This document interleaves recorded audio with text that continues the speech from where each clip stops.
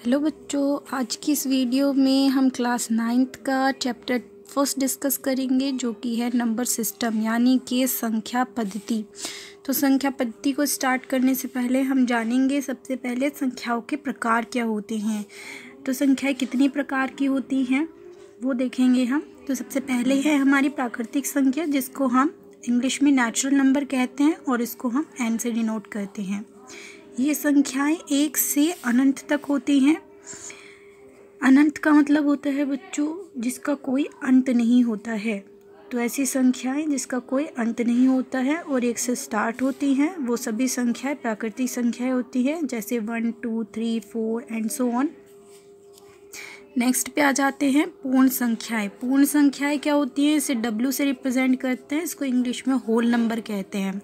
ठीक है, ये संख्याएं 0 से अनंत तक होती हैं, जैसे कि 0 1 2 3 4 एंड सो ऑन लास्ट तक बताया था मैंने आपको। अनंत का मतलब होता है जिसका कोई अंत नहीं होता है। अब आ जाते हैं बच्चों पूर्णांक। पूर्णांक जो होते हैं इंटीजर होते हैं जिसको हम z से रिप्रेजेंट करते हैं। तो सभी पूर्ण संख्याएं तथा ऋणात्मक संख्याएं मिलकर पूर्णांक बनाती हैं। ऋणात्मक संख्याएं -1 -2 -3 -4 -5 एंड सो ऑन होती हैं और पूर्णांक मैंने अभी आपको पढ़ाया है 0 1 2 3 4 5 एंड सो ऑन तक होती हैं।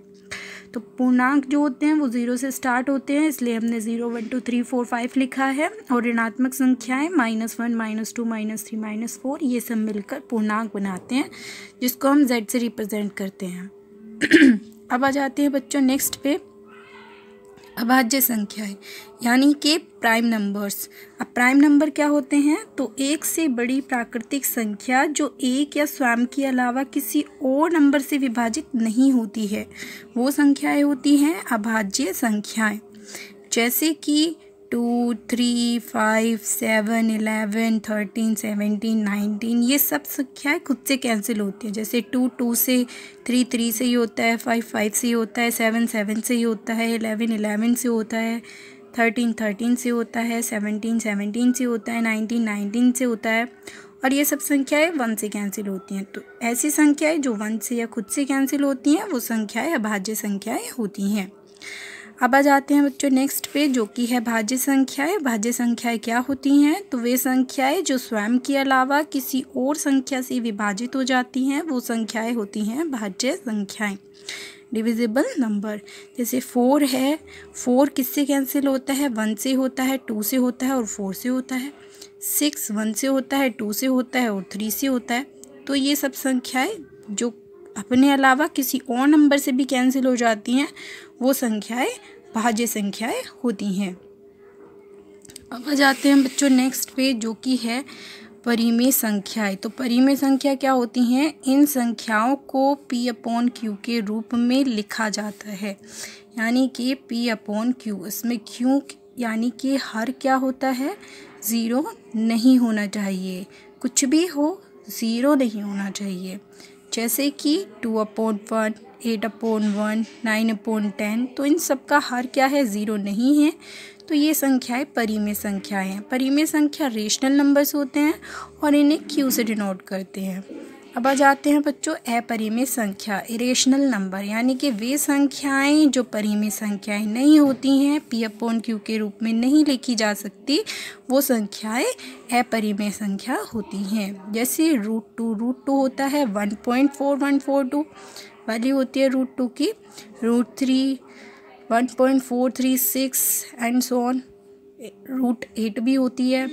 तो इसी तरह से रूट की सारी वैल्यूज़ जो होती हैं वो अपरिमेय संख्याएं होती हैं। अब आ जाते हैं बच्चों वास्तविक संख्याएं क्या होती हैं। तो सभी संख्याएं जो अभी हमने पढ़ी हैं वो सभी संख्याएं क्या होती हैं, वास्तविक संख्याएं होती हैं, जैसे कि प्राकृतिक संख्या, पूर्ण संख्या, पूर्णांक, अभाज्य संख्याएं, भाज्य संख्याएं, परिमेय संख्याएं, अपरिमेय संख्या, ये सभी संख्याएं वास्तविक संख्याएं होती हैं। ठीक है बच्चों। अब आ जाते हैं बच्चों नेक्स्ट टॉपिक पे जो कि है वास्तविक संख्याएं और उनके दशमलव प्रसार। अब वास्तविक संख्याएं तो हमने अभी पढ़ी हैं कि क्या होती हैं, अब पढ़ेंगे उनके दशमलव प्रसार। तो सबसे पहले आता है शांत दशमलव यानी के टर्मिनेटिंग डेसिमल। अब शांत दशमलव की स्थिति में शेषफल क्या हो जाता है, शून्य हो जाता है। यानी कि जिस कंडीशन में हम डिवाइड करते हैं और शेषफल क्या आ जाता है, शून्य आ जाता है, उसे ही क्या कहा जाता है, शांत दशमलव कहा जाता है। जैसे कि 0.5, 0.12, 0.2। फर्स्ट एग्जांपल मैंने लिया है 0.5। तो 0.5 को जब हम सॉल्व करेंगे, पॉइंट हटाएंगे, पॉइंट के नीचे 1 लगा देते हैं और जितनी पीछे डिजिट होती हैं उतनी की 0। तो यहाँ पर तो एक ही डिजिट है तो हमने एक 0 लगा दी, यानी कि 5/10। तो कैंसिल करेंगे 1/2 हो जाएगा। अब 2 से 1 को डिवाइड करेंगे, तो 2 से जब हम 1 को डिवाइड करेंगे तो 0 पॉइंट लगा के नीचे 0 उतार देंगे, तो 2 5 10 हो जाएगा। यानी कि इसका शेषफल क्या हो गया, शून्य हो गया। तो जिस स्थिति में शेषफल शून्य हो जाता है उसे ही क्या कहा जाता है, शांत दशमलव कहा जाता है। अब नेक्स्ट पे आ जाते हैं, जो कि है हमारे पास सेकंड में अनवसानी आवर्ती यानी कि अशांत आवर्ती। बच्चों आवर्ती का मतलब क्या होता है, जो टर्म बार बार रिपीट हो वो आवर्ती होती है। ठीक है, इसको बोला जाता है नॉन टर्मिनेटिंग रिपीटिंग नंबर्स। यानी कि इस स्थिति में शेषफल रिपीट होता है। जैसे कि 1/3 है, जब 3 से 1 को डिवाइड किया जाता है तो कैसे करेंगे, 0 पॉइंट लगा के एक 0 लगा लेंगे और 3 3 जा 9। तो 10 से 9 को माइनस किया तो 1 आया रिमाइंडर, फिर से 3 क्योंकि पॉइंट लग रहा है बच्चों 0 आ जाएगी, 3 3 जा 9। 10 से 9 माइनस किया, फिर से रिमाइंडर 1 आ रहा है, पॉइंट लग रहा है, एक 0 और आ जाएगी और फिर से 3 3 जा 9 और माइनस करेंगे, फिर से 1 आ गया रिमाइंडर। यानी कि रिमाइंडर बार बार रिपीट हो रहा है, इसलिए ये अनवसानी आवर्ती है, जिसको क्या बोला जाता है, रिपीटिंग नंबर्स। अब आ जाते हैं बच्चों नेक्स्ट पे, जो कि है अनवसानी अनावर्ती। अब आवर्ती तो क्या हो गया था, रिपीटिंग नंबर। अब अनावर्ती क्या हो गया, नॉन रिपीटिंग नंबर। अब अनवसानी अनावर्ती दशमलव यानी कि अशांत अनावर्ती, non terminating non repeating decimal number. इस स्थिति में शेषफल रिपीट नहीं होता है। यानी कि एग्जाम्पल ले लेते हैं √2, जो कि 0.4142 होगा या फिर हम पाई भी ले लेते हैं। तो बच्चों जो √2 की वैल्यू होती है वो हमें पता है क्या होती है, 1.414। ठीक है, एंड सो ऑन, आगे तक जाती है। ठीक है, अब क्या करेंगे इसमें हम, √2 √3 भी हो सकती है, √5 भी हो सकती है, कुछ भी हो सकती है इसमें। तो यानी कि जो टर्म रिपीट नहीं होती है, जिसमें शेषफल रिपीट नहीं होता है, वो क्या होते हैं, अनवसानी अनावर्ती दशमलव होते हैं। अब आ जाते हैं बच्चों घातांक नियम पे, यानी कि एक्सपोनेंशियल रूल। अब एक्सपोनेंशियल रूल क्या होता है वो पढ़ लेते हैं। a की पावर m इंटू में a की पावर n है, यानी कि इनका बेस सेम है और घात क्या है, चेंज है ना। a की पावर m है और यहाँ a की पावर n है, तो इनका जो आधार है वो सेम है और जो इनकी पावर्स हैं वो चेंज है।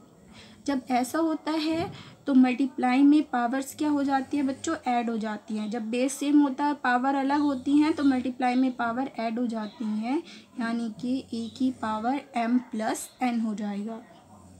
एग्जाम्पल के लिए मैंने a के प्लेस पे 2 ले लिया है, m के प्लेस पे 3 ले लिया। अब क्योंकि बेस सेम लेना है तो a 2 ले लिया और n को 5 ले लिया। अब बेस सेम है, ये 2 2 सेम है और मल्टीप्लाई में पावर है तो ये ऐड हो जाएंगी, 3 + 5 हो जाएगा, यानी कि 2 की पावर 8 हो जाएगी।